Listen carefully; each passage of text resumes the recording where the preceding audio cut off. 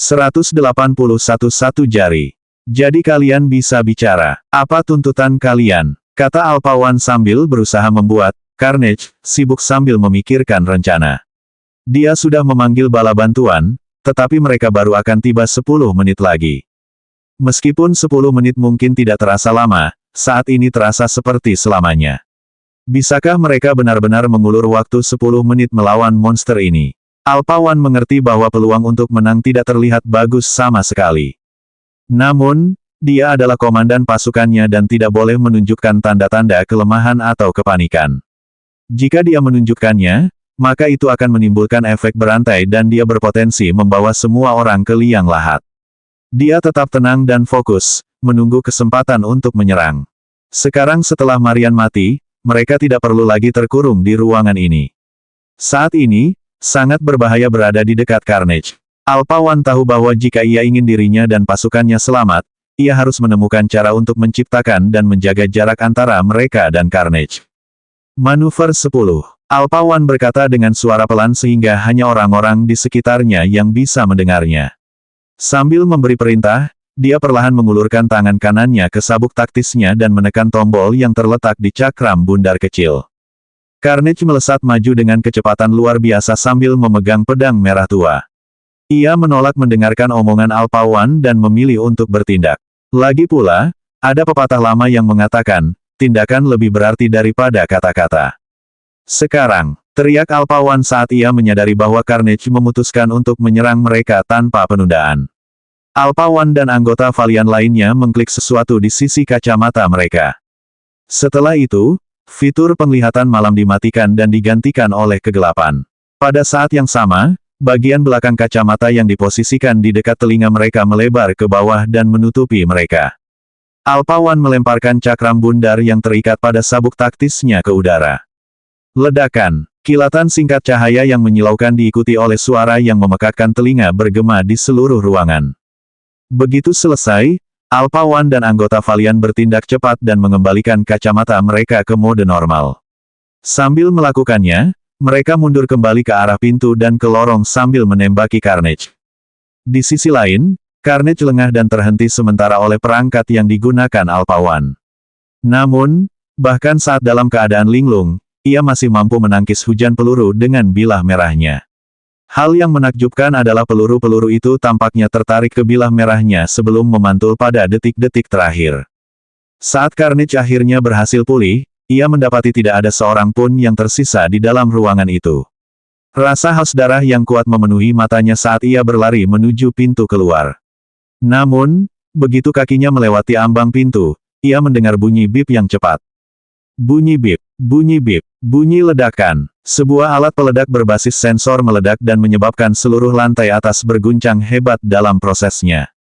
Alat itu ditempatkan di sana oleh Alpawan selama ia mundur sebagai sarana untuk memperlambat atau idealnya melenyapkan Carnage. Ketika asap mengepul dari bahan peledak, setetes cairan merah jatuh ke lantai. Carnage berdiri di ambang pintu dengan beberapa bagian jubahnya yang compang camping. Namun, ada pakaian ketat berwarna hitam yang dikenakannya di baliknya yang tampaknya telah melindunginya dari sebagian besar ledakan. Namun, ledakan itu masih dapat menyebabkan kerusakan pada lengan kirinya. Sementara itu, Alpawan dan para anggota Valiant memposisikan diri mereka di ujung paling kiri lorong di belakang koridor terpisah. Alpawan tetap diam dan memberi beberapa isyarat tangan kepada pasukannya setelah dia melihat Carnage selamat dari ledakan dahsyat dari jarak dekat. Namun, saat mereka bersiap untuk melepaskan tembakan, mereka melihat seorang pemuda berbelok di sudut lorong dari ujung lorong yang berlawanan. Alpawan segera mengangkat tangannya untuk memberi isyarat agar menunda perintahnya sebelumnya. Ini buruk, Alpawan berkata pada dirinya sendiri sambil mengerutkan alisnya. Pemuda yang tampaknya berusia awal hingga pertengahan 20-an itu dalam bahaya besar. Itu karena jika dia terus berjalan tanpa arah di lorong, dia akhirnya akan bertemu Carnage di pintu. Mengapa dia tidak kembali? Tidakkah dia mendengar suara pertempuran? Tidakkah dia melihat kerusakan di lorong? Bagaimana dia bisa sampai di sini dengan pembatasan keamanan yang berlaku? Itulah beberapa pertanyaan yang terlintas di benak Alpawan. Namun, pertanyaan yang paling penting adalah apa yang harus dilakukannya selanjutnya. Jika dia berteriak untuk memperingatkan pemuda itu, dia tidak hanya akan membahayakan dirinya sendiri tetapi juga keselamatan pasukannya dan data berharga dari Orion Corporation. Di sisi lain, meskipun prioritas utamanya adalah melindungi data di tangannya dengan segala cara, ia tetap memiliki moral. Bisakah ia benar-benar membiarkan pemuda seperti itu mati padahal ia bisa dengan mudah mencegahnya? Tetapi, Alpha One tidak pernah dapat memprediksi apa yang akan terjadi selanjutnya. Hei, tahukah kamu di mana aku bisa menemukan seseorang bernama Marian Dubois? Tanya pemuda itu dengan tenang seolah-olah dia tidak terganggu oleh kehancuran dan kematian di sekitarnya. Alpha One terkejut. Pemuda itu benar-benar mendekati Carnage atas kemauannya sendiri. Bukan hanya itu, tetapi kejadian itu terjadi begitu cepat sehingga ia bahkan tidak sempat merenungkan pilihannya sebelumnya. Ia menyadari bahwa ia mungkin terlalu asyik dengan pikirannya sendiri dan akhirnya kehilangan kesempatan. Sudah terlambat untuk menyelamatkan pemuda itu sekarang. Carnage bahkan tidak melihat ke arah pemuda yang berbicara kepadanya dan hanya mengayunkan pisau merah di tangannya dengan kecepatan yang luar biasa. Pisau itu diarahkan tepat ke leher pemuda itu seolah-olah ingin memberinya kematian yang cepat dan tanpa rasa sakit. Akan tetapi, pemuda itu menggerakkan kepalanya sedikit ke belakang tepat sebelum bilah pedang merah itu mengenai lehernya. Carnage akhirnya menoleh untuk melihat pemuda dengan mata merah haus darah itu. Dia sudah dalam suasana hati yang buruk karena tipu daya Alpha One. Sekarang, bocah ini berhasil menghindari serangannya. Pasti itu hanya keberuntungan yang bodoh.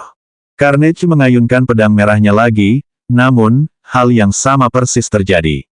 Beberapa saat kemudian, sebuah luka dalam muncul di sisi dinding seolah-olah dipotong oleh sesuatu dengan kekuatan yang kuat di belakangnya. Jadi ini dia yang menggunakan Minor Sword Key. Menarik. Tentu saja, pemuda yang berdiri di hadapan Carnage tidak lain adalah Jin. Ketika Alpha One melihat Jin masih hidup dan berbicara dengan santai kepada Carnage, dia tercengang. Mengapa Carnage tidak bergerak melawannya?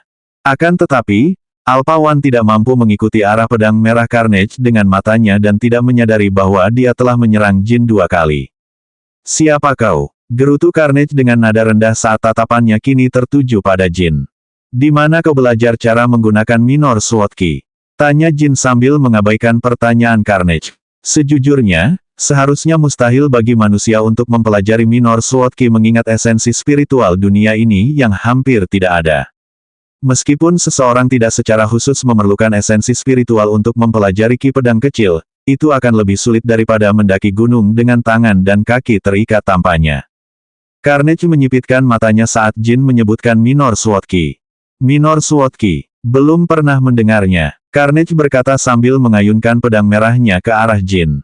Namun, kali ini dia merasa pedang merahnya menjadi berat dan tak lama kemudian dia tidak dapat menggerakkannya. Jin menangkap pedang merah milik Carnage di antara telapak tangannya. Dia menetralkan Minor Sword Key dari pedang merah itu dengan Minor Sword Key miliknya sendiri. Meskipun Carnage dapat menggunakan Minor Sword Key, Jin juga mampu menggunakannya sendiri. Bukan hanya itu saja, ia juga memiliki ki pedang yang jauh lebih kuat dan terkonsentrasi. Ki pedang yang terkandung di dalam pedang penghukum pertamanya, kehancuran saja sudah lebih dari cukup untuk menetralkan dan bahkan mengalahkan ki pedang kecil milik Carnage. Alpha One tampak bingung saat melihat Jin menangkap pedang merah itu dengan tangan kosong. Dia bahkan tidak bisa mengikuti gerakan Carnage, tetapi pemuda itu berhasil menangkap pedangnya dengan mudah. Siapakah pemuda itu? Mungkinkah dia bala bantuan yang dikirim oleh keluarga Si? Alpha One bertanya dalam hati. Meskipun penampilannya masih muda, bukan berarti Alpha One akan meremehkan kemampuannya. Lepaskan, kata Carnage sambil berusaha menarik paksa pedang merahnya. Namun, Jin tetap memegangnya erat-erat. Ia lalu mengetuk bagian paling bawah gagang pedangnya menggunakan kelingkingnya dan menyebabkan bilah pedang merah itu bergetar cepat. Getaran yang tiba-tiba itu melonggarkan genggaman Jin untuk sesaat, namun, itu cukup lama bagi Carnage untuk menarik kembali pedang merahnya saat ia melompat mundur untuk menciptakan jarak. Ia memutuskan untuk tidak lagi meremehkan pemuda di hadapannya. Entah mengapa, ia merasa terancam oleh Jin. Mainan yang menyenangkan, tampaknya terbuat dari bahan yang sama dengan paku logam itu. Namun, pedang merah tua itu kualitasnya jauh lebih tinggi. Jin menunduk melihat tangannya dan melihat ada memar kecil yang ditinggalkan oleh pedang merah tua itu. Alpha One, apa perintahmu? Tanya salah satu anggota Valiant. Tetap bertahan. Mari kita lihat bagaimana ini akan terjadi. Aku tidak tahu siapa pemuda itu, tetapi dia mungkin bala bantuan yang dikirim oleh keluarga Si. Namun, meskipun dia bukan bala bantuan, dia tampaknya mampu mengulur waktu hingga mereka benar-benar tiba. Sampai situasinya jelas, kami akan menahan diri untuk tidak ikut campur, kata Alpawan. Jin tiba-tiba menendang kaki belakangnya dan menyerang Carnage dengan satu jari. Namun, itu bukan sekadar serangan biasa. Ada konsentrasi kekuatan yang tinggi di ujung jari Jin saat menembus udara. Carnage bereaksi cepat dan menggerakkan pedangnya ke depan untuk memblokir serangan itu. Ding! Jari Jin bertabrakan dengan pedang merah tua itu. Saat itu juga, tubuh Carnage terlempar ke belakang dan berguling-guling di lorong. Ledakan! Tubuh Carnage menabrak dinding dan meninggalkan bekas. Dia batuk seteguk darah saat pedang merah di tangannya jatuh ke lantai. Satu jari. Alpawan dan anggota Valiant lainnya tercengang. Monster yang sangat sulit mereka hadapi telah dihabisi hanya dengan satu jari. Aku tidak yakin apakah kita harus bersyukur atau takut. Alpawan berkata pada dirinya sendiri sambil menghela napas dalam-dalam. Satu demi satu orang-orang aneh ini muncul entah dari mana. Sekarang setelah Carnage diurus, dia memiliki sakit kepala yang lebih besar untuk dihadapi jika ternyata anak muda itu adalah musuh. Wih! Apakah kalian semua tahu di mana aku bisa menemukan Marian Dubois? Kata Jin. Dia tiba-tiba muncul di hadapan mereka yang membuat Alpawan dan anggota Valiant terkejut. Begitu cepat. Kecepatan itu sama sekali tidak alami. Para anggota Valiant bersiap menembak secara naluri, namun, Alpawan mengangkat tangannya untuk menghentikan mereka. Apa tujuanmu ke sini? Alpawan bertanya dengan hati-hati. 182 menyelesaikan beberapa urusan. Apa tujuannya ke sini? Apakah semua orang di lantai ini sulit mendengar? Dia jelas bertanya kepada mereka tentang keberadaan Marian Dubois, bukankah seharusnya tujuannya ke sini jelas untuk bertemu dengannya? Aku punya janji kecil yang tertunda dengannya. Jin berkata dengan santai. Dia mengira Marian pasti ada di lantai ini, tetapi dia tidak merasakan kehadiran orang lain yang bersembunyi di sekitarnya. Saat ini, hanya ada dia, Carnage yang tidak bisa bergerak, dan anggota Valiant. Perjanjian, kata Alpawan dengan nada terkejut. Namun, ia segera menggelengkan kepalanya tanpa daya. Saya khawatir Anda terlambat. Marian Dubois sudah tidak ada di dunia ini lagi, kata Alpawan. Ia masih waspada terhadap pemuda di hadapannya, tetapi ia tentu tidak ingin orang seperti itu menjadi musuhnya. Namun, penampilan Jin yang masih muda mengejutkan Alpawan. Ia merasa seolah-olah ia sudah terlalu tua dan sudah saatnya generasi muda mulai membuat nama untuk diri mereka sendiri. Bagaimanapun, ia adalah orang yang cukup berpengetahuan luas namun ia belum pernah mendengar tentang Carnage maupun pemuda yang sedang ia ajak bicara. Jin mengarahkan pandangannya ke Alpawan. Bahkan dengan Alpawan yang mengenakan perlengkapan tempur, Jin masih bisa tahu dari berbagai faktor lain bahwa dia tidak berbohong. Selain itu, dia tidak merasakan kehadiran orang lain di lantai ini sehingga semakin menegaskan bahwa Alpawan mengatakan yang sebenarnya. Saya rasa semuanya sudah berakhir bagi mereka. Berkat serangannya terhadap markas geng Dragonstone, mereka akan lumpuh total. Selama waktu itu, organisasi lain pasti tidak akan memberi mereka kesempatan untuk pulih. Sejauh yang dia ketahui, geng Dragonstone sudah hampir tamat. Begitu ya, sayang sekali.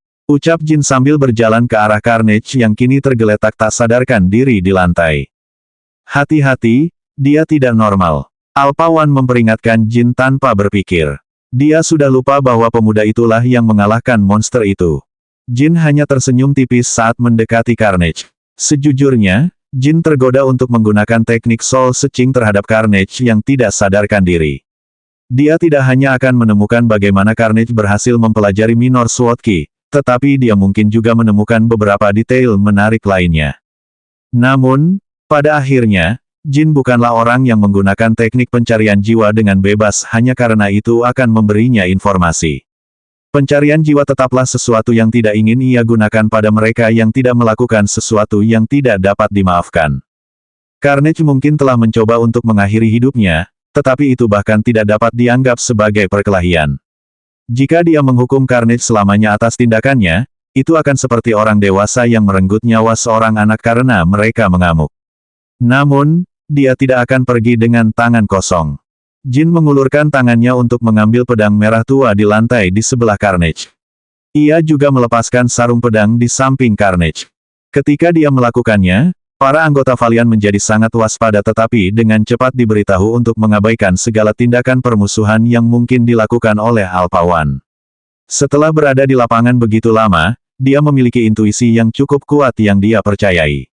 Saat ini, intuisi itu memberitahunya untuk tidak menghadapi pemuda ini dengan cara yang agresif. Pedang yang bagus. Jin memeriksa pedang merah itu sebelum mengembalikannya ke sarungnya di tangan kirinya. Tentu saja, Jin menggunakan standar manusia untuk menilai kelayakan pedang merah itu. Meskipun dia tidak benar-benar membutuhkan pedang, tetap saja terasa menyenangkan memegangnya di tangannya setelah sekian lama. Bunyi bip, bunyi bip, bunyi bip. Sebuah perangkat di pergelangan tangan Alpha One berbunyi. Ia menunduk dan menggigit giginya saat melihat pesan berkode itu. Rupanya, bala bantuan telah tiba dan sedang dalam perjalanan ke tingkat atas. Bohong jika dia mengatakan bahwa dia tidak sedikit kesal karena mereka datang setelah semuanya selesai. Alpha One akhirnya ingat bahwa dia masih punya beberapa pertanyaan untuk ditanyakan kepada pemuda itu. Bagaimanapun, keluarga Zi pasti akan bermurah hati dan memberinya hadiah besar karena telah membantu mereka. Tentu saja, dengan asumsi dia belum menjadi bagian dari keluarga Zi. Aku ingin tahu namamu jika kau tertarik, kata Alpha One sambil mendongak dari pergelangan tangannya. Namun, dia berhenti bicara begitu melihat pemuda itu sudah tidak ada di sana. Dia datang ke tempat ini dan kemudian menghilang sepenuhnya, seperti hantu. Komandan, apakah Anda yakin tidak apa-apa membiarkan dia melarikan diri tanpa mengetahui apapun tentangnya? Salah satu anggota Valiant bertanya. Jika kau ingin mengejarnya, silakan saja. Skenario terburuknya kau akan kehilangan nyawamu. Aku telah bertempur dan memimpin cukup banyak pertempuran untuk mengetahui kapan harus maju, kapan harus mundur, dan kapan tidak boleh bertempur sama sekali. Kurasa sudah jelas apa pilihan pertempuran ini, kata Alpha One sambil mengikat tangan dan kaki Carnage. Anggota Valiant itu mengernyitkan alisnya sejenak, tetapi akhirnya menganggukkan kepalanya. Jika bukan karena komandan dan kepemimpinannya, setiap orang dari mereka mungkin sudah lama mati di ruangan itu. Saat anggota Valiant itu memikirkan hal ini, dan juga kematian rekan-rekan Valiantnya, dia memandang Carnage yang tak sadarkan diri dan terlintas dalam benaknya untuk mengakhiri hidupnya yang menjijikkan itu saat itu juga. Jangan pernah berpikir tentang itu. Orang ini masih punya banyak pertanyaan untuk dijawab. Aku juga kesal, tapi katakan padaku siapa yang kau inginkan, prajurit atau jenderal. Aku ragu orang ini adalah dalang di balik semua ini. Setelah kita mendapatkan informasi yang kita butuhkan, dia pasti akan membayar kejahatannya, aku jamin itu. Kata Alpha One sambil berusaha menahan amarahnya. Tidak lama setelah Jin meninggalkan tempat kejadian, lebih dari 30 orang dengan perlengkapan tempur menyerbu lantai atas. Di suatu tempat yang terletak persis di sudut dari yang sekarang menjadi bekas Dragon Den. Breaker duduk di kursi belakang mobilnya yang berwarna gelap sambil menunggu dengan sabar. Namun, seiring berjalannya waktu, kerutan lebar mulai terbentuk di wajahnya. Mungkinkah mereka gagal? Tapi itu seharusnya tidak mungkin berdasarkan apa yang mereka katakan padaku. Breaker berkata pada dirinya sendiri sambil mengeluarkan ponselnya dan menekan sebuah nomor. Namun, pada akhirnya, yang ia dapatkan hanyalah nada dering mati. Ketika Breaker melihat lebih banyak kendaraan mulai memasuki area gedung Orion Corporation, ekspresinya mulai suram. Tidak seorang pun dalam regu yang dikirimnya telah melapor pada waktu yang disepakati. Jalan, kata Breaker. Kemana, Tuan? Tanya sopir itu. Kemanapun jauh dari sini. Teriak Breaker dengan marah sambil menghantamkan tinjunya ke pintu. Pengemudi itu langsung melaju tanpa bertanya, tanpa memikirkan tujuan tertentu. Ini memperumit keadaan. Aku harus berasumsi bahwa sampah besar itu masih hidup dan rencanaku gagal. Aku harus bersembunyi sebentar dan mengumpulkan lebih banyak informasi. Sementara itu, aku punya beberapa teman baru untuk didapatkan. Breaker berkata pada dirinya sendiri sambil menenangkan diri. Satu hal yang pasti, dia tidak akan membiarkan ini menjadi akhir segalanya. Sekitar 2 hari kemudian, saat itu sore hari dan matahari bersinar cerah di luar. Jika seseorang mendengarkan dengan saksama, mereka akan mendengar burung-burung di luar menyanyikan lagu mereka sendiri yang merdu saat angin bertiup dengan suara bisikan. Jin, bukankah ini menggemaskan? Ini mengingatkanku padamu saat kau masih bayi. Kau ingat, kau biasa meremas jariku dengan sangat erat setiap kali aku membaringkanmu untuk beristirahat. Aku tidak pernah menyangka dalam hidupku bahwa seorang bayi bisa memiliki kekuatan seperti itu. Ah, tapi kau masih bayi. Jadi, tentu saja, kau tidak akan mengingat ini. Rayleigh berkata dengan senyum mengembang di wajahnya. Ia menatap anak burung di sarang di cabang pohon. Sang induk burung tampak seperti sedang merawat atau memberinya makan. Sulit untuk mengetahuinya dari jarak mereka saat ini. Ibu, Jin bersiap berbicara sebelum ucapannya terputus. Baiklah, aku mengerti. Aku tidak akan mengatakan hal-hal yang memalukan di depan umum lagi, kata Rayleigh sambil terkekeh. Saat itu, Jin dan Rayleigh sedang berjalan-jalan di salah satu taman terdekat. Rayleigh telah terbangun pagi ini di rumah sakit, namun, tidak seperti rasa sakit yang hebat atau kondisi seperti obat bius yang ia duga, ia merasa benar-benar segar kembali. Selain beberapa bekas luka bakar dangkal yang akan sembuh seiring waktu berkat fisik 8 siklus bulan yang saat itu tidak disadarinya, kesehatannya sangat baik. Bahkan, kesehatannya jauh lebih baik daripada sebelum kebakaran terjadi. Dokter yang ditugaskan untuk menangani Rayleigh bingung dan bersikeras agar dia tinggal lebih lama agar dia bisa melakukan beberapa tes lagi. Namun, Rayleigh mengerti betapa mahalnya biaya untuk tinggal di rumah sakit dan fakta bahwa saat ini mereka tidak punya uang untuk dihambur-hamburkan begitu saja. Jika dia sudah merasa lebih baik dan tes sebelumnya tidak menunjukkan adanya masalah, maka dia tidak punya alasan untuk tinggal. Apalagi sekarang mereka tidak punya tempat tinggal. Karena apartemen mereka sudah tidak ada, mereka harus mencari tempat tinggal lain. Tepat ketika semuanya tampak baik-baik saja, kenyataan menamparkan wajah mereka. Namun, Jin pada saat sebelum Rayleigh terbangun mengatur dan menangani beberapa hal. Namun, dia tidak menyangka Rayleigh akan keluar dari rumah sakit sebelum dia sempat kembali. Meskipun uang bukanlah masalah baginya saat ini. Mariposa tentu saja tidak bisa terlalu bahagia saat ini.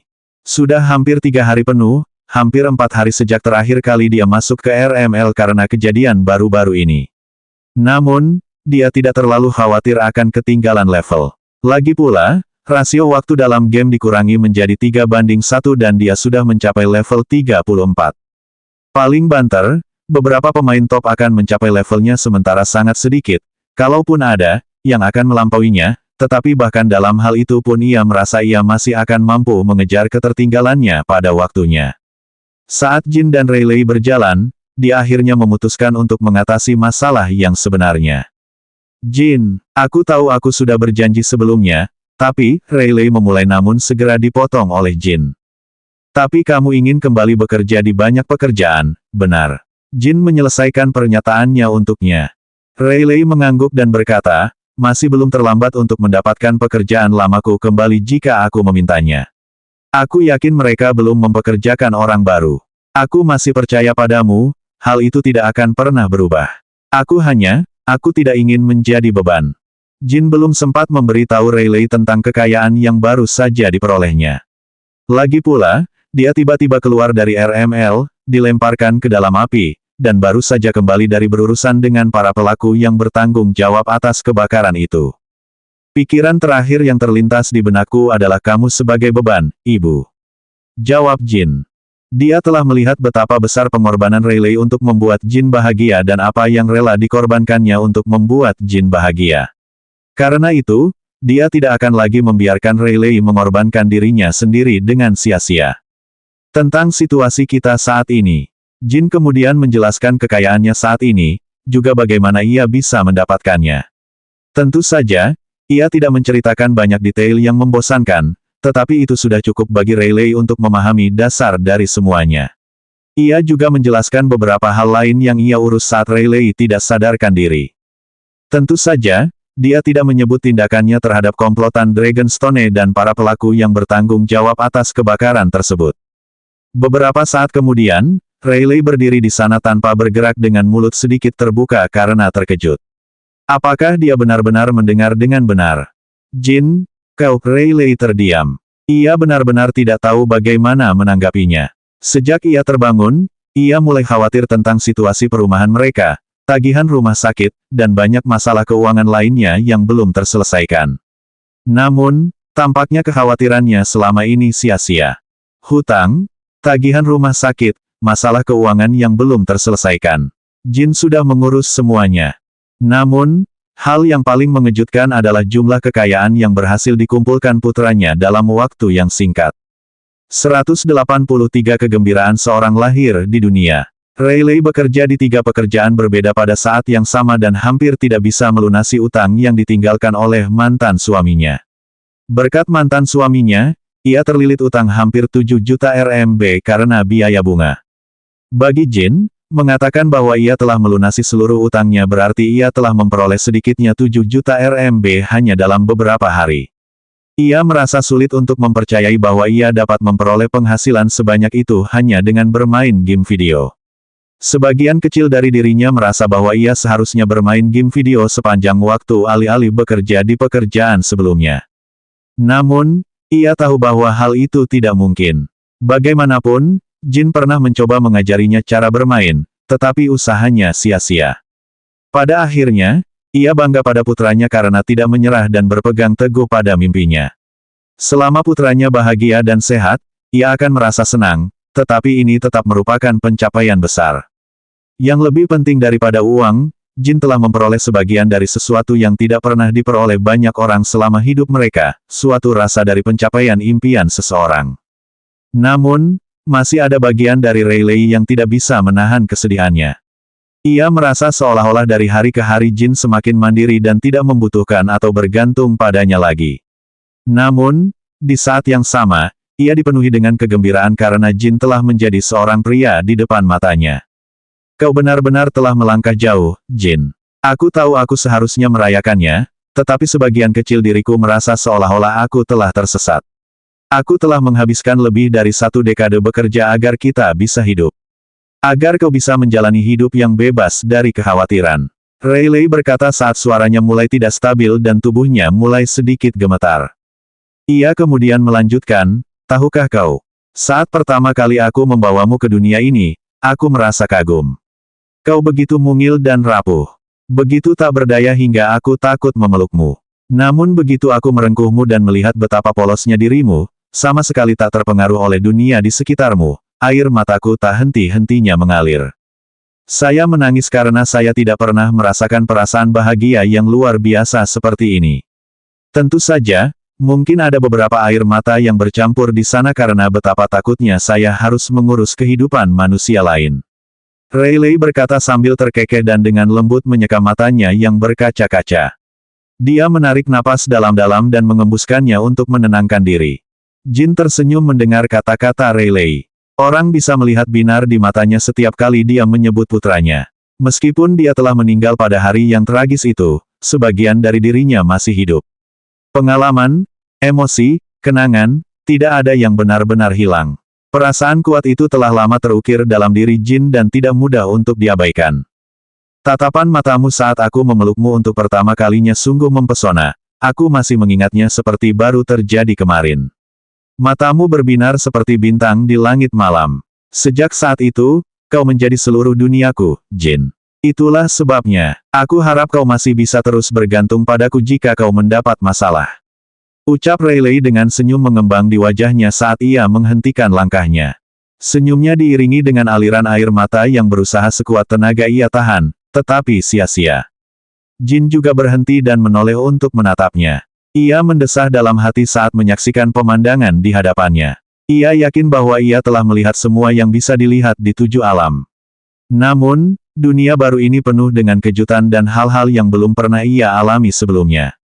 Dari semua hal yang telah dialaminya selama ini, bahkan termasuk kenangan yang diperolehnya, ini merupakan salah satu pengalaman paling unik yang pernah ditemuinya, bahkan jika memperhitungkan perjalanannya yang tak terhitung jumlahnya ke seluruh 7 alam.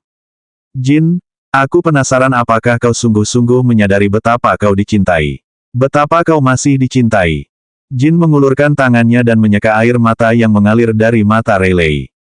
Aku akan selalu bergantung padamu jika aku dalam kesulitan, Ibu.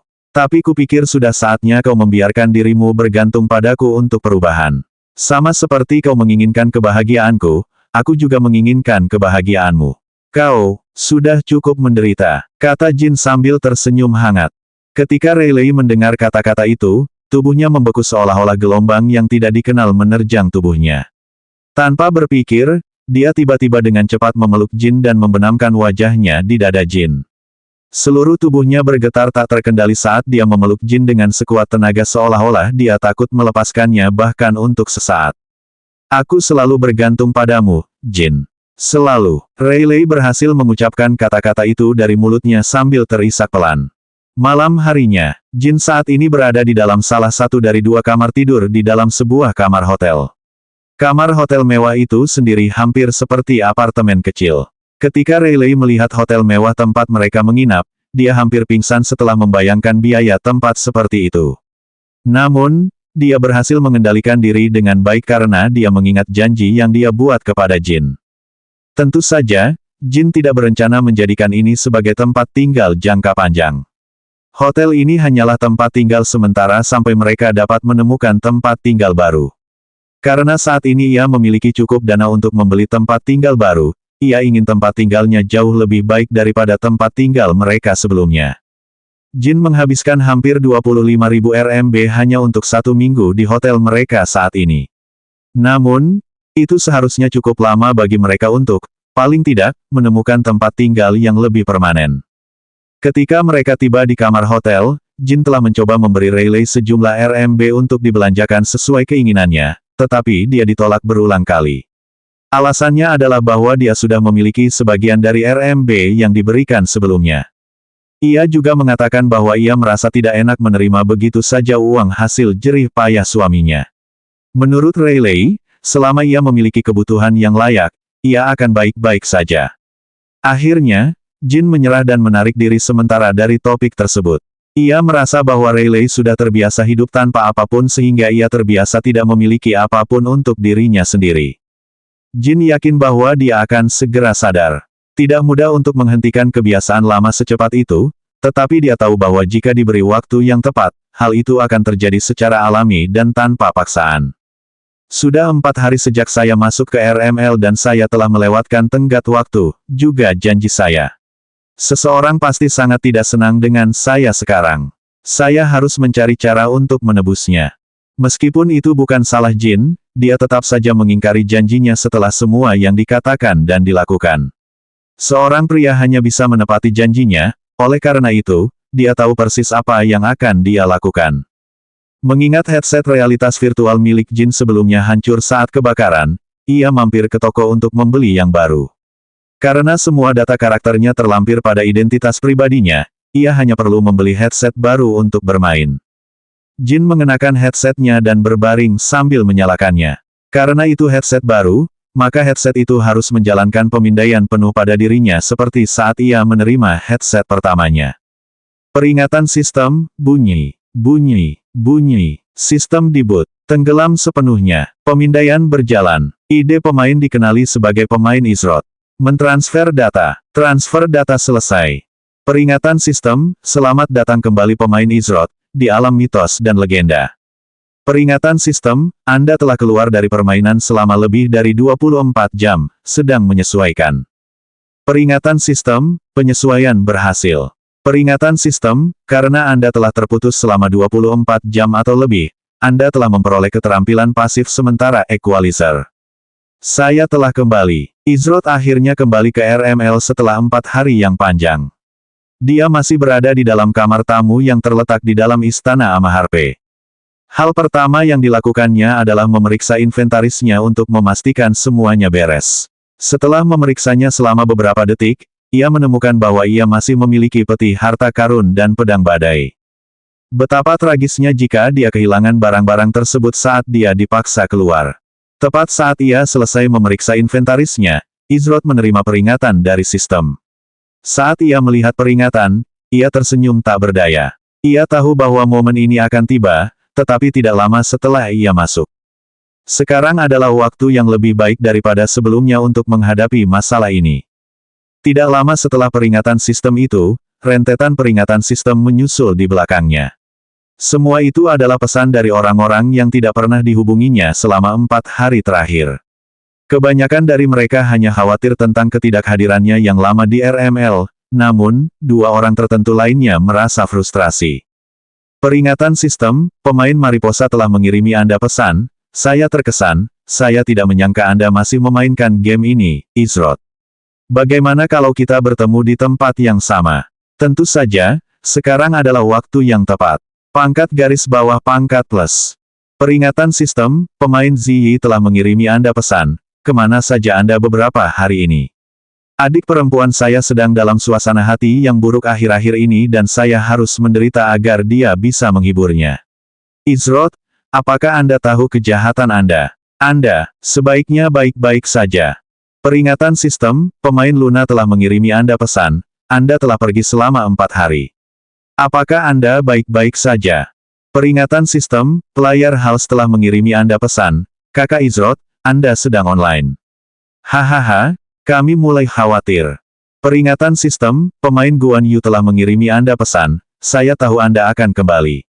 Hah, saya sudah memberitahu semua orang bahwa tidak ada yang perlu dikhawatirkan. Meskipun kata-kata Mariposa tampak sederhana dan penuh pengertian di permukaan, orang bisa tahu bahwa dia jelas-jelas kesal dan menginginkan penjelasan yang tepat. Di sisi lain, Ziyi tampaknya telah dibawa ke batas kemampuannya oleh Mariposa. Kemungkinan besar, dialah yang menenangkan Mariposa selama kepergiannya. Tampaknya dia berutang padanya atas masalah-masalah yang dialaminya. Namun, dia dapat mengetahui dari pesannya bahwa Mariposa khawatir tentang kepergiannya. Izrod menggelengkan kepalanya dalam hati, tetapi senyum riang kecil muncul di wajahnya. Dia membalas dengan sopan kepada semua orang saat dia berjalan menuju pintu keluar ruangan tempat dia berada. Saya harus memilah barang-barang saya lain kali. Izrod segera meninggalkan istana Amaharpe dan mulai menuju lokasi sebelumnya di mana ia bertemu dengan Mariposa untuk membahas kesepakatan awal mereka. Kau menghilang selama 4 hari tanpa peringatan dan kemudian memutuskan untuk muncul entah dari mana. Kita sudah sepakat, sebuah kontrak, janji-janji dibuat dan kemudian dilanggar. Izrod, menurutku kau pria yang dapat dipercaya, salah satu dari sedikit yang kukenal. 4 hari dan tidak ada pil yang bisa kuberikan. Jangan bilang aku telah membuat kesalahan besar karena mempercayaimu. Mariposa berkata sambil menarik napas dalam-dalam. Sejak Izrod memasuki gedung, dia terus berbicara tanpa henti dan melampiaskan kekesalannya tanpa henti. Izrod tidak sempat mengucapkan sepatah kata pun karena dia berbicara tanpa henti. Ziyi berdiri diam di samping. Karena dia adalah bagian dari penyusunan kontrak awal, Mariposa juga memanggilnya ke sini. Izrod, tentu saja, membiarkan Mariposa berbicara dengan bebas tanpa menyela. Ia mengerti bahwa Mariposa perlu sedikit melampiaskan kekesalannya setelah dibiarkan dalam kegelapan selama waktu yang lama. Oleh karena itu, ia tidak merasa terhina atau tersinggung dengan kata-katanya. Saya mengerti. Saya sangat serius dengan kata-kata saya, begitu pula dengan janji-janji yang saya buat kepada orang lain. Itulah sebabnya saya punya usulan untuk Anda. Anggap saja sebagai memperbarui dan merevisi kontrak. Sebaliknya, saya sedang memikirkan sesuatu yang lebih berjangka panjang. Izrod berkata dengan santai. Dia sudah membuat keputusan tentang apa yang harus dilakukan. Karena dia telah mengingkari janji dan kontraknya, dia punya ide lain dalam benaknya yang tidak hanya akan memperbaiki kepercayaan yang telah rusak tetapi juga menciptakan hubungan yang lebih kuat dengan Serikat Sleeping Gardenia. Pada akhirnya, dia hanyalah seorang pria dan dia memiliki tujuan yang jelas. Namun, jika dia harus berhenti dan melakukan setiap hal kecil sendiri, seperti mengumpulkan informasi, menjalankan tugas, atau bertani sumber daya yang tidak biasa, dia tidak akan pernah punya waktu untuk fokus pada peningkatan level dan kemajuan lebih jauh dalam RML. Bahkan sebagai kultivator nomor 1 di 7 alam, ia akan mendelegasikan tugas tertentu kepada individu yang lebih cocok. Oleh karena itu, ia bersedia menyesuaikan diri dan beradaptasi dengan situasi. Sebagai imbalannya, ia akan mendapatkan sekutu yang stabil dan dapat diandalkan. Ini juga akan berguna untuk beberapa rencana masa depan yang ada dalam benaknya. Mariposa tampak bingung, namun, ia mendesah panjang sebelum mengangkat tangannya tanpa daya. Ia tampak sama sekali tidak terpengaruh oleh situasi tersebut. Ia tidak tahu apakah itu hal yang baik atau buruk, tetapi ia tetap akan mendengarkannya.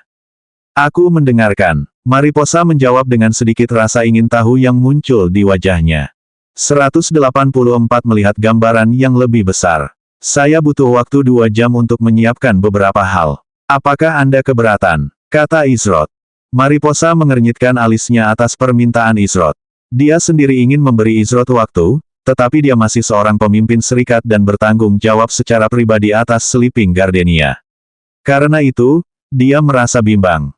Secara pribadi, dia yakin bahwa Izrod akan menepati janjinya. Lagi pula, dia tidak merasa bahwa Izrod punya niat buruk. Namun, sebagai pemimpin guild, dia tidak bisa selalu mengutamakan pendapatnya sendiri daripada fakta dan sejujurnya, fakta tidak berpihak pada Izrod. Ziyi melirik ke arah kakak perempuannya dan menyadari dilema yang sedang dihadapinya. Dia tidak mampu hanya memikirkan dirinya sendiri dan keinginannya sendiri dalam posisinya saat ini. Izrod duduk dengan sabar di kursinya sambil menunggu jawaban Mariposa. Dari ekspresinya yang gelisah saja, dia tahu bahwa Mariposa terjebak di persimpangan jalan. Saat keheningan terus memenuhi ruangan, Ziyi secara mengejutkan menjadi orang pertama yang memecah kesunyian. Ziyi menghela napas panjang seraya berkata, aku sendiri yang akan menanggung kerugian yang diderita Sleeping Gardenia. Tentu saja dengan bunga. Oh, Mariposa mengerutkan kening saat mendengar tawaran Ziyi. Kakaknya tidak mungkin mengenal Izrod selama itu, namun dia bersedia menjaminnya sejauh itu. Tentunya kau tahu bahwa totalnya hampir 2 kali lipat dari investasi awal kita sebesar 80.000 koin emas. Belum lagi memperhitungkan nilai tukar pada saat kesepakatan itu dibuat. Itu akan menjadi hampir 200.000 koin emas dengan tambahan bunga. Bahkan bagimu investasi itu, Mariposa mencoba menjelaskan. Jika aku bilang tidak apa-apa, ya sudah. Aku sangat mampu mengelola keuanganku sendiri sesuai keinginanku. Kata Ziyi tanpa ragu. 200.000 koin emas. Mengingat penurunan nilai tukar selama beberapa hari terakhir, bahkan jika saat ini serendah 1:700, itu masih akan menjadi 140 juta RMB.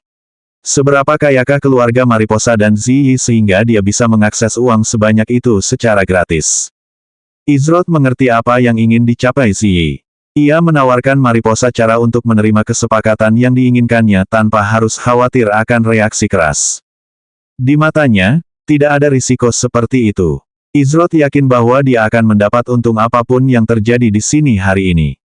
Namun, pada akhirnya, dia tidak akan membiarkan Ziyi menderita kerugian apapun demi dirinya.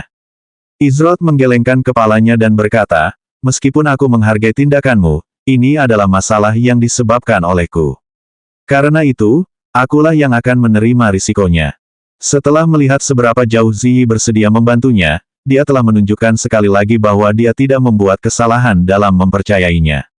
Bagaimanapun, 140 juta RMB bukanlah jumlah kecil yang dapat dipertaruhkan. Izrod melanjutkan, saya bersedia menyerahkan resep pil 5 siklus dan proses pembuatannya, serta semua hak kepemilikannya kepada Anda dan Serikat Sleeping Gardenia. Saya yakin ini sudah lebih dari cukup sebagai asuransi. Mariposa dan Ziyi terkejut. Dia benar-benar bersedia mempertaruhkan barang yang menghasilkan banyak uang seperti pil 5 siklus. Kau tidak mungkin serius. Kau akan kehilangan banyak uang dengan melakukan itu. Aku benar-benar tidak keberatan. Ziyi mencoba membujuk Izrod agar tidak melakukannya. Tetapi ketika Izrod menoleh ke arahnya dengan ekspresi tenang dan riang, Ziyi tidak dapat menemukan kata-kata lain yang dapat meyakinkannya. Kau baiklah, lihat saja apakah aku peduli. Jangan bilang aku tidak memperingatkanmu. Kata Ziyi sambil melipat tangannya dengan frustrasi. Mariposa, bagaimanapun, memiliki ekspresi serius di wajahnya. Apakah salah baginya untuk berharap bahwa Izrod akan gagal melakukan apapun yang ingin dicapainya dalam 2 jam ke depan? Tentu saja, saran Izrod akan lebih dari cukup untuk menutupi potensi keraguan. Baiklah, aku terima syaratmu. Kita akan bertemu lagi di sini dalam 2 jam dan melihat bagaimana keadaan selanjutnya. Aku sungguh berharap kau akan menepati janjimu saat waktunya tiba, Izrod, kata Mariposa. Baiklah, kalau begitu, saya permisi dulu, kata Izrod sambil berdiri dan meninggalkan gedung itu. Aku heran dia menolak tawaranmu, adikku yang manis. Kebanyakan orang akan senang jika ada orang lain yang menderita kehilangan, tetapi dia memilih untuk tidak melakukannya. Namun, Aku lebih heran lagi kamu menawarkan diri untuk menggantikannya. Apakah itu cinta? Mariposa menggoda. Ziyi mendengus dan menghentakkan kakinya sambil berkata, kepalamu melayang lagi. Aku tahu tipe pria seperti apa Izrod. Aku tahu dia kemungkinan besar akan menolak tawaranku, tetapi tetap saja tidak ada salahnya mencoba. Kau tidak benar-benar berencana untuk tidak memberinya waktu 2 jam, kan? Mariposa memasang ekspresi tak berdaya di wajahnya saat dia menggelengkan kepala dan berkata, tentu saja tidak. Aku tidak bodoh. Bahkan jika dia terlambat seminggu penuh, aku akan memberinya waktu 2 jam. Aku yakin dia juga tahu ini. Aku tidak punya pilihan selain melakukan pertunjukan kecil itu demi Sleeping Gardenia. Dia kemudian melanjutkan, bahkan jika aku menerima 200.000 koin emas dari pemutusan kontrak yang sah, aku tidak akan melihat gambaran yang lebih besar. Aku ragu bahwa pil 5 siklus saja sudah cukup bagi pria itu. Ziyi mengarahkan pandangannya ke pintu yang ditinggalkan Izrod beberapa saat yang lalu. Dia mulai memikirkan tentang pertama kali mereka bertemu dan perjalanan mereka di dalam alam dogma yang kacau. Izrod adalah seseorang yang penuh dengan misteri dan kejutan yang terus-menerus. Memang, sejauh mana dia akan melangkah? Ziyi bergumam pada dirinya sendiri.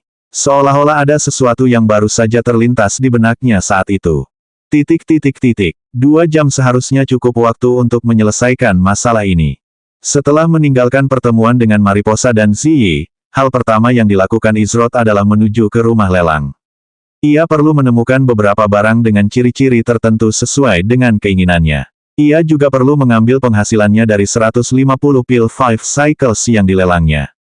Tepat seperti yang dipikirkannya, nilai tukar saat ini telah turun selama 4 hari terakhir sejak dia tidak ada, dari 1:842 menjadi 1:781.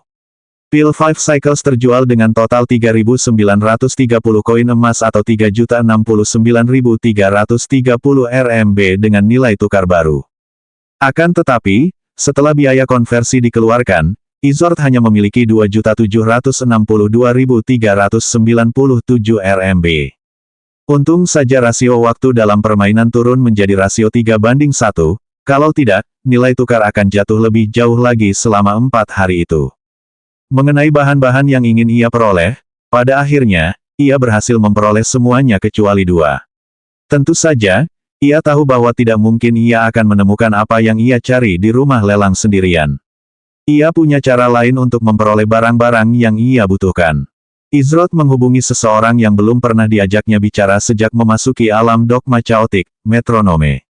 Meskipun dia tidak sepenuhnya mempercayai Metronome, dia harus mengakui bahwa berdasarkan beberapa pertemuan yang mereka lakukan sejauh ini, dia sangat pandai. Saat Izrod menghubungi Metronome, dia tidak menjelaskan secara rinci mengapa dia membutuhkan bahan-bahan tersebut, tetapi hanya memberinya deskripsi bahan-bahan tersebut. Tentu saja, sebagai pribadi yang seperti itu, Metronome mencoba menggali lebih banyak informasi tetapi akhirnya menyerah setelah menyadari bahwa Izrod mengalihkan setiap pertanyaan menyelidiknya. Peringatan sistem, pemain Metronome telah mengirimi Anda pesan, saya dapat mengirimkan barang-barang tersebut kepada Anda dalam waktu 10 hingga 15 menit ke depan atau lebih sesuai permintaan Anda. Saya akan menemui Anda di koordinat berikut. Jika Anda membutuhkan hal lain, jangan ragu untuk mengirim pesan kepada saya. Seperti yang dijanjikan Metronome, ia bertemu dengan Izrod tepat waktu di koordinat yang telah ditentukan dan mengirimkan barang-barang kepadanya. Sebagai balasannya, Izrod memberi Metronome 20 koin emas. Jumlah tersebut cukup untuk membeli barang-barang tersebut, dan juga bonus kecil karena memperoleh barang-barang tersebut dalam waktu yang singkat. Senang berbisnis denganmu seperti biasa, Izrod. Kau tahu, aku mendengar beberapa rumor menarik.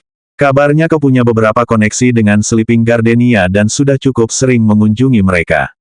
Aku penasaran apakah rumor itu benar, kata Metronome sambil mengamati reaksi Izrod. Itu hanya rumor, iya. Aku juga penasaran, ucap Izrod dengan ekspresi riang di wajahnya. Metronome mengangkat bahu dan berkata, itu hanya rumor yang tidak berdasar, kurasa. Baiklah, aku akan pergi karena semuanya tampaknya sudah beres. Metronome segera pergi. Izrod menggelengkan kepalanya dalam hati. Tampaknya ada yang mengawasi lalu lintas yang masuk dan keluar gedung Sleeping Gardenia. Atau mungkin ada seseorang di dalam Sleeping Gardenia yang tidak pandai menyimpan rahasia. Izrod melanjutkan perjalanannya dan segera tiba di gedung apotek. Ia langsung naik ke lantai 3 dan memasuki salah satu ruangan kosong. Hal pertama yang dilakukannya adalah menata bahan-bahan yang dibelinya di atas meja panjang. Secara teori, pil itu seharusnya berfungsi, tetapi beberapa bahan utamanya agak berbeda. Namun, untuk yang lainnya, Izrod memejamkan mata dan menata pikirannya. Beberapa saat kemudian, ia membuka kembali matanya dengan pandangan yang hampir jernih. Ia tampak sangat tenang saat mengeluarkan Dark Abyssal Cauldron dari inventarisnya dan memulai proses pemanasan. 1 atau 2 pil tidak cukup untuk membuka toko pil. Itulah sebabnya saya akan mengambil kesempatan ini untuk membunuh 2 burung dengan 1 batu. Saya akan membuat bukan hanya 1, tetapi 5 pil baru. Berdasarkan tingkatan pil yang diberikan sistem pada kreasi sebelumnya, Izrod meramalkan bahwa ia akan mendapatkan 2 pil tingkat 1, 2 pil tingkat 2, dan 1 pil tingkat 3. Saat ini, ia masih belum bisa membuat pil tingkat 4 karena inti api di Dark Abyssal Cauldron-nya lemah. Tentu saja, Izrod melihat gambaran yang lebih besar. Tidak semua orang mampu membeli pil kelas 3. Faktanya, sebagian besar pemain tidak akan mampu membeli pil kelas 3 dengan mudah. Oleh karena itu, untuk menjangkau jutaan pemain biasa, Izrod memutuskan untuk membuat beberapa pil kelas rendah. Setelah dia menunjukkan sedikit rahasianya, apakah Mariposa benar-benar ingin mempertahankan kontrak lama? Meskipun Izrod merasa puas dengan kesepakatan sebelumnya, dia hanya merasa puas. Sekarang setelah ia memiliki cukup RMB untuk bernapas lega, ia tidak menginginkan keuntungan jangka pendek. Tidak, ia ingin membangun dan menciptakan sesuatu yang jauh lebih besar. Untuk melakukannya, ia membutuhkan bantuan Mariposa dan Sleeping Gardenia. Itu akan menjadi harga kecil yang harus dibayar untuk apa yang aku dapatkan pada akhirnya.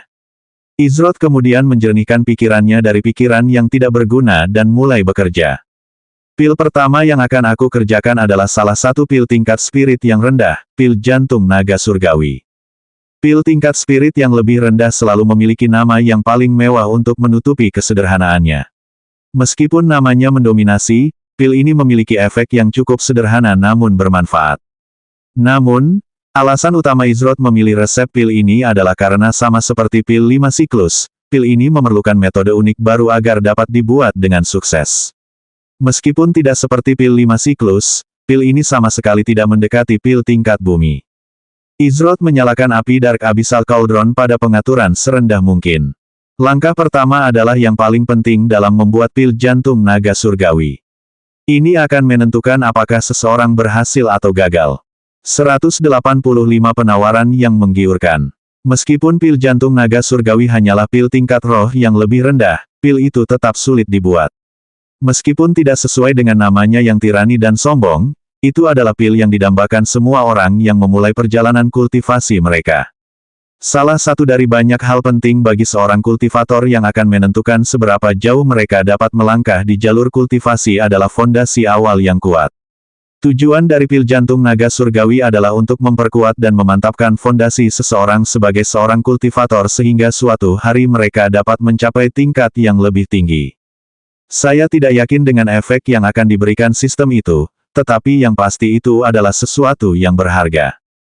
Seiring berjalannya waktu di RML, pemain mulai menjelajahi area baru dan memperoleh reagen baru. Hal ini memungkinkan Izrod untuk membuat pil yang sebelumnya tidak mungkin dibuat karena kurangnya sumber daya yang memadai. Bahan pertama yang dilemparkan Izrod ke dalam Dark Abyssal Cauldron adalah reagen yang dikenal sebagai Jukris Leaf. Berkat sifat-sifat yang dimilikinya, bahan ini menjadi pengganti utama bahan utama pil Heart of the Heavenly Dragon. Saat daun jukris menyentuh dasar kuali, terdengar suara berderak samar seolah seseorang sedang duduk di samping api unggun bergema di dinding bagian dalam kuali. Tepat 2 detik kemudian Izrod perlahan meningkatkan suhu kuali sambil menambahkan 3 bahan tambahan, batang Elucidoria, darah kadal lembah, dan agen pengikat dasar dalam urutan tertentu. Ketika Izrod meletakkan ketiga bahan tersebut di dalam kuali, kuali itu mulai bergetar hebat seolah-olah ada sesuatu yang berusaha melepaskan diri. Namun, Izrod tidak panik dan terus menaikkan suhu kuali itu sedikit demi sedikit. Belum sepenuhnya, Izrod melakukan hal ini selama tepat 10 detik hingga guncangan hebat itu tampaknya mencapai puncaknya. Sekarang, Izrod segera menaikkan suhu kuali ke suhu maksimum yang memungkinkan. Namun, alih-alih terus berguncang tak terkendali, kuali itu malah menjadi sunyi senyap. Seolah-olah seekor binatang buas akhirnya ditenangkan. 5 detik kemudian, aroma obat yang kuat memenuhi seluruh ruangan dan disertai aura hangat. Izrod melihat ke dalam kuali saat ia melihat 5 pil yang menakjubkan perlahan naik tepat di atas kuali. Begitu pil mencapai bagian luar kuali, Izrod menerima peringatan dari sistem. Peringatan sistem, selamat pemain Izrod, Anda telah berhasil membuat pil tingkat 1, mohon beri nama. Tepat seperti dugaanku, pil kelas 1. Pil jantung naga langit, ucap Izrod tanpa membuang waktu. Izrod yakin bahwa ia tidak punya bakat dalam hal memberi nama pada sesuatu dan karena itu, ia memutuskan untuk tetap menggunakan nama asli pil itu. Meskipun agak berlebihan. Peringatan sistem, Anda telah menerima X5 pil jantung naga surgawi. Nama, hati naga surgawi I. Peringkat, kelas 1. Cara pakai, pengguna yang mengonsumsi pil ini akan memperoleh keterampilan pasif, Well Temperate secara permanen. Well Temperate meningkatkan semua statistik pengguna secara permanen secara alami dari waktu ke waktu. Pengguna dapat mempercepat proses dengan melakukan tugas berulang yang difokuskan pada statistik yang ingin mereka tingkatkan. Perolehan statistik per peningkatan bervariasi. Max per statistik, 100. Catatan khusus, mengonsumsi pil ini lebih dari 1 kali tidak akan memberikan efek tambahan. Namun, mengonsumsi pil dengan kualitas yang lebih tinggi akan menggantikan efeknya. Saat Izrod memeriksa pil tersebut, ia merasa puas dengan hasil akhirnya. Meskipun pil jantung naga surgawi dari 7 alam sangat berbeda, Izrod berspekulasi bahwa ini adalah cara terbaik sistem dapat mengintegrasikan efek pil ke dalam RML. Lagi pula, secara teknis tidak ada jalur meridian yang harus dibersihkan atau esensi spiritual yang tidak murni yang harus dimurnikan dalam RML. Namun, hal itu secara alami meningkatkan kekuatan seseorang dari waktu ke waktu, serta mempercepat prosesnya jika mereka berusaha. Dia punya firasat bahwa ini akan menjadi salah satu pil kelas 1 yang paling populer. Peningkatan stat 100 gratis untuk setiap stat hanya dengan meminum 1 pil adalah kesempatan yang terlalu bagus untuk dilewatkan. Tentu saja, kecepatan seseorang untuk memperoleh stat tersebut akan sangat bervariasi tergantung pada bagaimana mereka melakukannya. Saya tidak menyangka akan menerima lebih dari 3 pil. Ini kejutan yang tidak terduga. Meskipun, efek keseluruhannya dapat diterima. Itu sudah 1, masih ada 4 lagi. Izrod memasukkan ke-5 pil itu ke dalam inventarisnya dan beralih ke resep pil berikutnya. 2 jam kemudian, saya terlalu asyik mengerjakannya dan lupa waktu. Namun, hasilnya ternyata lebih baik dari yang saya perkirakan sebelumnya. Tubuh Izrod saat ini berkelebat di sepanjang jalan Amaharpe saat ia berjalan dari gedung apoteker menuju lokasi pertemuan Sleeping Gardenia. Sudah lama sejak Izrod mengolah begitu banyak bahan yang berbeda. Ia harus mengakui bahwa itu adalah pengalaman yang menyenangkan dan membawa kembali beberapa kenangan indah. Beberapa saat kemudian, Izrod tiba di tujuannya ketika sosoknya berhenti berkedip dan dia masuk ke dalam.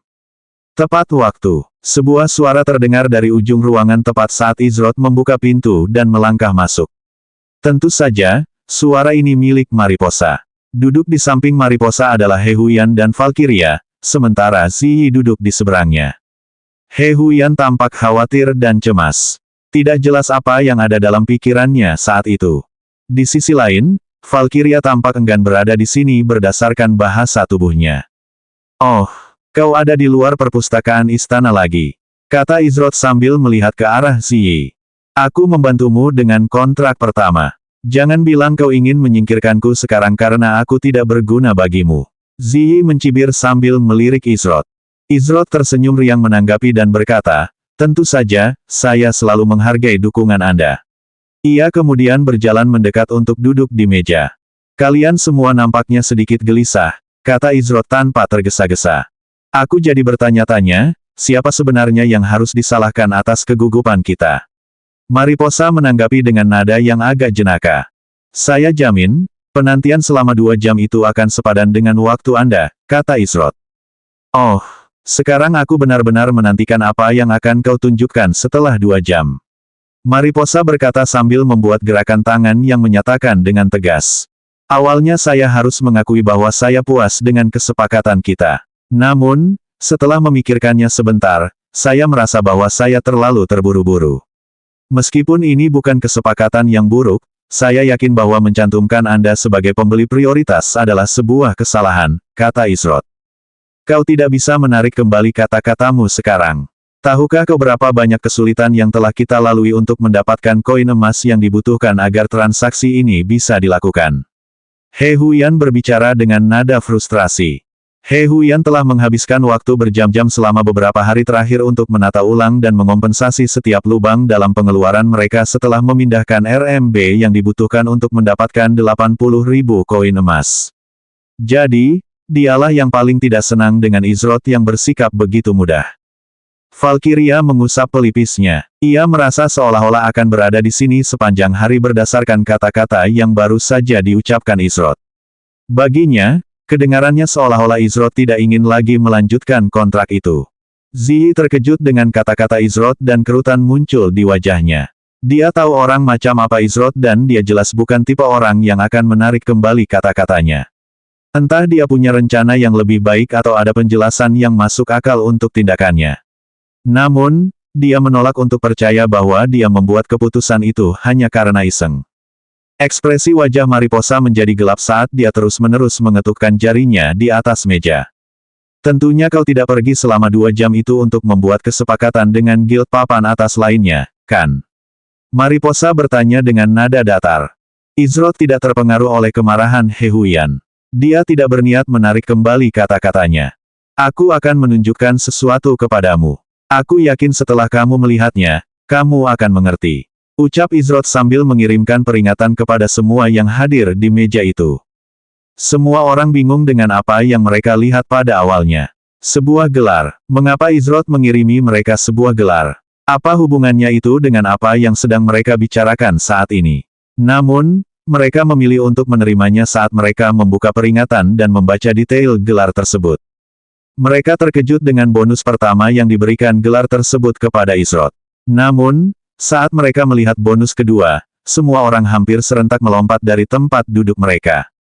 Ini, Mariposa terdiam. Dia bahkan tidak mau membaca bonus lainnya karena matanya terpaku pada satu hal.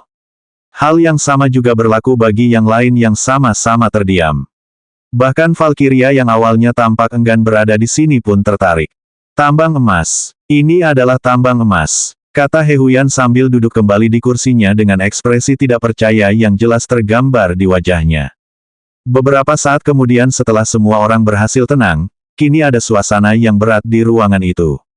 Ada satu pertanyaan di benak setiap orang, mengapa Izrod menunjukkan hal seperti itu kepada mereka saat ini? Saya kira Anda tidak tertarik menjual properti itu dan bertindak sebagai wakil. Tanya Mariposa. Dia tahu itu tidak mungkin, tetapi dia harus bertanya untuk berjaga-jaga. Saya tidak berencana menjual kesempatan berharga seperti itu. Bahkan 1 juta koin emas tidak akan cukup untuk meyakinkan saya. Ucap Izrod sambil menggelengkan kepalanya. Jika 1 juta koin emas tidak cukup, maka aku akan menawarkan 2 juta. Bahkan, lupakan koin emas itu, aku akan langsung menawarkanmu 3 miliar RMB sekarang juga asalkan kamu menandatangani kepemilikan penuh atas properti itu dan setuju untuk mengalihkan kepemilikan setelah kita memperoleh metode kepemilikan properti yang tepat. Mariposa berkata tanpa ragu. 3 miliar RMB. Itu hampir 4 juta koin emas dengan nilai tukar saat ini. Namun, dia ingin langsung mengirim RMB kepada Izrod daripada berurusan dengan koin emas. Ini menunjukkan betapa seriusnya Mariposa tentang tawarannya. Tetapi kita tidak punya dana yang cukup untuk, He Huyan mencoba memperingatkan Mariposa, tetapi ucapannya terputus. Tentu saja, saya tidak berharap serikat mendanai usaha bisnis ini. Saya akan membayar dari rekening pribadi saya sendiri. Mariposa menjelaskan dengan cepat. Lagi pula, dia tahu seperti apa keuangan serikat mereka dan mereka tidak punya uang sekitar 4 juta koin emas untuk disisihkan. Ziyi mengernyitkan alisnya. Rata-rata orang akan berpikir bahwa Mariposa gila atau cukup kaya untuk membuang-buang uang dengan menawarkan jumlah yang begitu besar. Namun, dia mampu melihat gambaran yang lebih besar dan tahu persis apa yang ingin dicapai saudara perempuannya. Kemungkinan besar itu adalah hal yang sama yang ingin dilakukan Izrod atau sesuatu yang serupa. Meskipun 4 juta koin emas mungkin tampak banyak, itu jelas merupakan investasi yang layak bagi guild papan atas seperti Sleeping Gardenia. Mereka tidak hanya akan mampu membangun kehadiran yang kuat di ibu kota seperti Amaharpe, tetapi mereka akan mendapatkan kembali 4 juta koin emas itu mungkin hanya dalam beberapa bulan, bahkan mungkin kurang dari itu. Saya harus menolak tawaran murah hati Anda, jawab Izrod. Meskipun ia tergoda oleh tawaran menggiurkan dari Mariposa, ia tidak lagi mencari skema cepat kaya. Ia menginginkan bentuk pendapatan yang solid dan stabil. Namun yang lebih penting dari itu, ia membutuhkan cara lain untuk meningkatkan reputasinya atas apa yang telah direncanakannya. Mariposa agak kecewa, tetapi ia menduga jawabannya tetap tidak. Lagi pula, sejauh pengetahuannya saat ini, belum ada pemain yang memiliki properti di seluruh RML. Mariposa mendesah kecewa dan berkata, "Yah, kurasa kau tidak menunjukkannya pada kami hanya untuk membuat kami iri. Apa yang ada dalam pikiranmu?" "Saya akan menjelaskannya dengan singkat dan jelas," kata Izrod sambil membuka inventarisnya dan mengeluarkan 7 pil berbeda. Saat dia melakukannya, aroma obat yang kuat memenuhi seluruh ruangan dan bertahan di udara. "Saya yakin ini akan menguntungkan semua pihak yang terlibat," kata Izrod dengan nada riang. Selanjutnya bab 186 fakta dan tawaran yang tidak bisa ditolak.